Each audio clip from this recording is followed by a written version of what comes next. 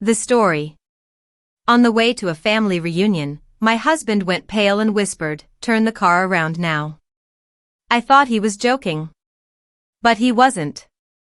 I trusted him and turned around, and it saved us. When I found out why, I never looked at my parents the same way again.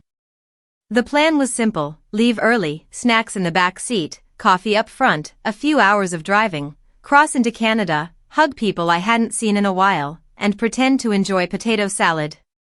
Nothing exciting. Just normal. I was driving, as usual. My husband's braking style makes me nauseous, and motion sickness is one of my many talents. Kevin, Glenn, and John were half awake in the back seat, 3 bundles of chaos with matching neck pillows, arguing about invisible lines on the seat cushions while watching cartoons. It was fine. Not magical, not miserable. Just fine, until he said it. Turn around. Now. At first, I laughed, waiting for the punchline. Why? He didn't answer right away. His knuckles were white on his knees. Then he said, "Please. Just turn around." That's when I knew it wasn't a joke. My husband doesn't panic. His natural state is calm, even in emergencies. I'd seen him deal with a kitchen fire with less tension than this. So I took the exit, the last one before the border.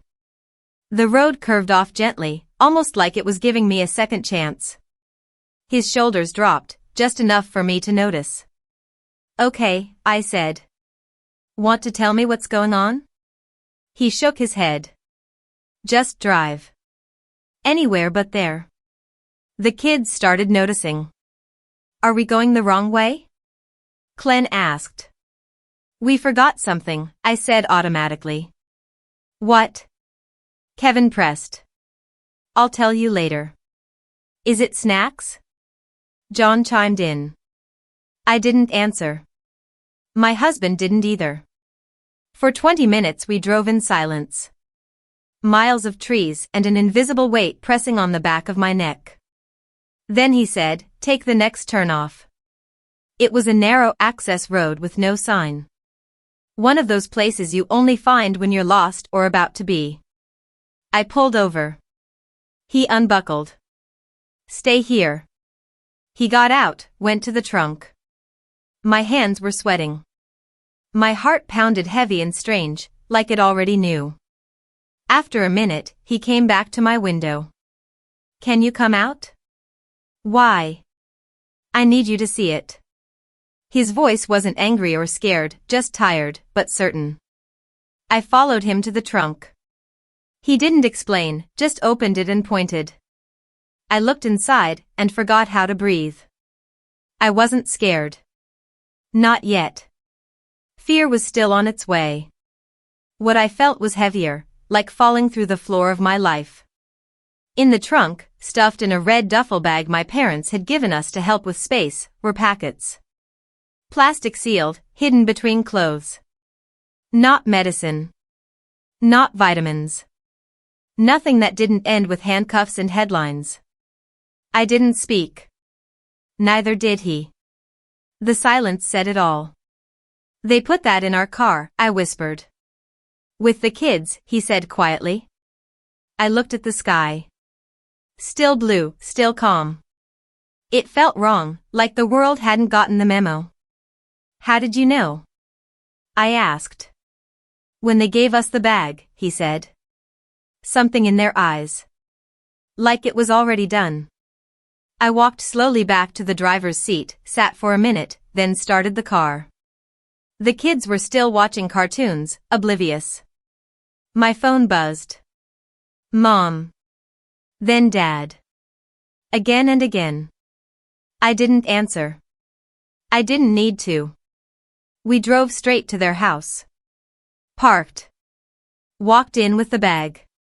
Placed it in the hallway. Didn't say a word. Then left. Quiet. Final. That night, Mom called again. Her voice was bright, fake, like this was about muffins. "Oh honey, we were so worried." "Where's the bag?" We dropped it off at your house, I said flatly. Maybe you should have taken it yourself. She froze for a second, then covered it up. I added, don't call again. And hung up. But of course, it wasn't over.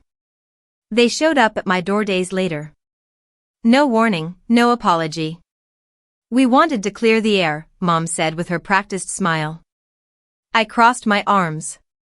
You mean the bag? They didn't answer. Which was an answer. You put it in our trunk. With Kevin, Glenn, and John in the back seat. My dad tried to justify it. It wasn't going to be a big deal. Just something to help with the debt. You risked our lives, I said. Your daughter, your son-in-law, your grandchildren. They stayed silent. We're done. Don't call. Don't come here. You don't get to see the kids. My mom gave a little smirk. You'll come around. You always do. But this time, I knew she was wrong. A few days later, when I went to pick up the kids, they weren't there. Your parents picked them up, the teacher said. My stomach dropped. I drove like a ghost until I reached their house. Inside, it looked like a party. Balloons, candy, expensive toys. Kevin was building Legos with my dad, Glenn had cake, John was hugging a giant bear. It was surreal. A performance. Not love, bribery. We're leaving, I said firmly. But why? Kevin asked, confused. Now. The kids whined, but I let them keep the toys. I wasn't going to be the villain in my parents' story. As we walked out, my mom called after me, they'll come back to us. They always do. But for once, I didn't believe her. That night, I looked at my husband. We have to leave. North Carolina. Your company still has an office there. Your parents live there. I wasn't ready before. I am now. He nodded. So we left. Blocked numbers. Changed everything. Months later, life was quiet. Different. Better. Kevin laughed more. Glenn stopped biting his nails. John sang to himself in the car. My husband slept better. I stopped translating guilt into silence. Then an email came from my sister. Subject, emergency. Please read. Our parents had been arrested. This time, they'd tried to smuggle drugs themselves. No scapegoats, no cover. Just them, a trunk full of product, and handcuffs waiting. They need money for a lawyer, my sister begged. Family matters. I stared at the screen, then typed. I did show up once. I'm not doing it again. And I meant it. They took a plea deal, 4 years each. Not long enough to change who they were. But long enough for me to breathe.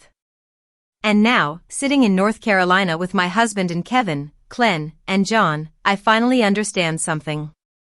I didn't need revenge. I needed escape. And I got it.